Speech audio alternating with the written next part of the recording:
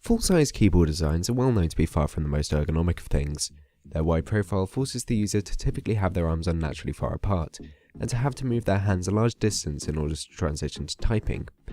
While this might sound like the pinnacle of first world problems, a poor ergonomic setup can lead to issues such as back problems and RSI, making it more important than you might think. In order to help resolve this design flaw, there's been a rise in recent years of Tenkeyless keyboards, which are considerably shorter. And today I have one of these.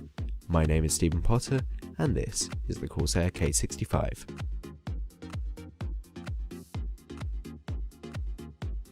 Once you get inside the fairly simple box, you'll find little more than the keyboard itself, and chances are the first thing you'll notice is just how well it's built. Everything is mounted on top of a single sheet of folded aluminium, making it one of the most solid keyboards I've ever used.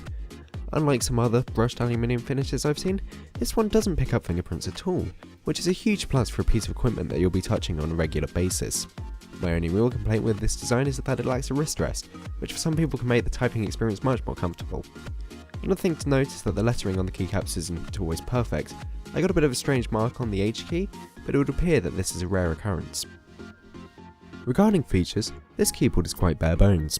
Sure, you'll find dedicated volume, mute and Windows key lock buttons, and a hardware switch on the back for changing polling rates, which is actually really great to see as one of the PCs I use refuses to boot up with a device at a 1000Hz polling rate. But aside from these, there's nothing fancy at all.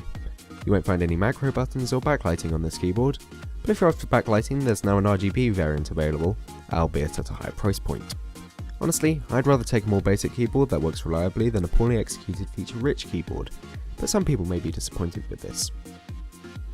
As ever, I'd like to mention the cable they're using. It's a braided one with a nicely labelled connector for your PC to make it easy to identify, and it's got a standard mini USB connector which should help to make it possible to replace or customise, which is always good to see. It's impossible to make a review of a keyboard without talking about the typing experience. Now, I'm not the fastest typist in the world, and I tend to bottom out my keystrokes, so your experience with this keyboard may vary a bit from mine. So, the K65 is only available with Cherry MX red switches, which are linear so you don't get a noticeable click at the actuation point, and are very light, only requiring 45 grams of force to activate. This might not make them ideal for typing, but I'd say that they're still better than rubber domes or membrane switches.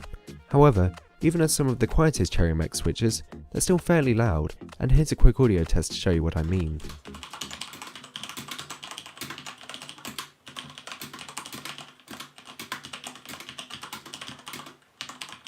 I personally like the sound produced as it gives an extra form of feedback, but if you're in an environment with other people, they may be slightly annoyed by the sound of you typing. I was able to type fairly quickly on this keyboard, but the light nature of these keys led me to make a few more mistakes than I might have liked. Despite all this, the K65 is still a keyboard I would be happy to spend an extended period of time typing on. It's in certain games where the K65 truly shows its merit, as should be expected given its gaming branding. The light nature of Cherry MX Reds may not be ideal for some genres, such as real-time strategy, but for other genres, such as first-person shooters, where most of what you're doing with the keyboard is movement control, you'll see why Corsair chose Reds for this. The keys are insanely responsive, thanks to the actuation point only being halfway down, and compared to some tactile key switches, you should be able to double tap much faster. It's really a great experience that, if you are a gamer, should put this keyboard at least close to top of your list. As for living with a Tenkeyless design, to be honest I don't really miss the numpad that much. I never really used it that often, as I trained myself to use the top number row for entering numbers and symbols, so I only noticed its absence when I opened an application like Blender, where some shortcuts are bound to that area of the keyboard.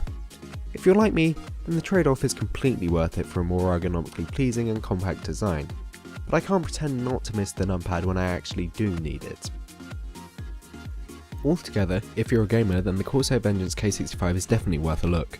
If you're more after a keyboard for plain typing, then it's still a good option, but I'd probably advise you to look at a keyboard with Cherry MX browns or blues, as the tactile response really does aid with both typing speed and accuracy. And for productivity applications, the Vengeance K65 is still good, but the lack of a numpad is likely to cause problems.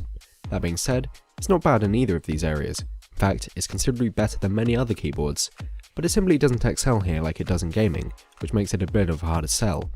Mechanical keyboards are likely never going to be as cheap as membrane options, but for an almost across the board improvement, I still highly recommend them to anyone who demands the best experience from their keyboard, and the Corsair Vengeance K65 would be one of my top choices within this category.